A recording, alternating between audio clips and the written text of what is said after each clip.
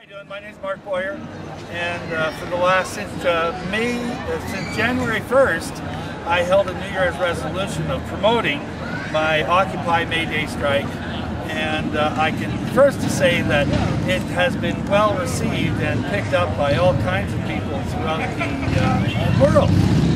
To my knowledge, there's 7,000 cities that are going to do an Occupy May Day thing in their cities, okay? The dynamic that's about to happen is real, okay? The reality is the general propositions that I'm making are that we have to offer general amnesty to every lousy, no-good, rotten politician in the world in order to return to true constitutional law, which can fix everything. Okay? And that's exactly what Occupy movement wants to do, is change everything. And that's done by returning to true constitutional law. And the only way that can be done is by offering general amnesty to the people, you know, to the leaders. And it has to start from the grassroots of we the people. We the 99% must offer them, because they can't bring up the subject, okay? It's a common theme that they're evil and they really are doing that. They'll never, if they don't take an opportunity of general amnesty, then lock and load. I'm sorry, that's the only thing that really, okay? And they're trying to avoid the issue of the fact that the entire debt of the world is a fraud, a Ponzi scheme, and a universal surrendering of debt must be done. Okay, the reality is Jubilee is a concept that was raised in the Bible. Okay, it said that if you're going to do usury, then you better have a forgiving of loans after 49 years, because Ponzi scheme implodes on itself. Now the reality is that 2000 was the 49th anniversary of the Queen being on the money. Okay, and the reality is what happened in 2000? The towers came down. We did not get a forgiving of the loans. Right now, that lady's surviving her 60th anniversary, okay? And 12 years later, it's self-evident that the Ponzi scheme called fractional banking reserve has gone way past its due. And this old lady holds the key to forgiving all debt in the world, which is what they're supposed to do. What Marc was talking about is critical, that we understand that since 1972, the federal government has deliberately not used the Bank of Canada.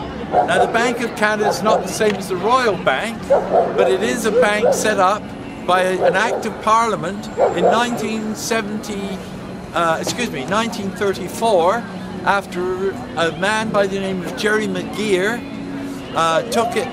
who was an MP, persuaded the British that if we could have a debt-free Canada, then we would be able to help everybody out rather easily. And that worked very well. They built the St. Lawrence Seaway. They went to war for 3 years. We had the biggest navy, third biggest navy in the world.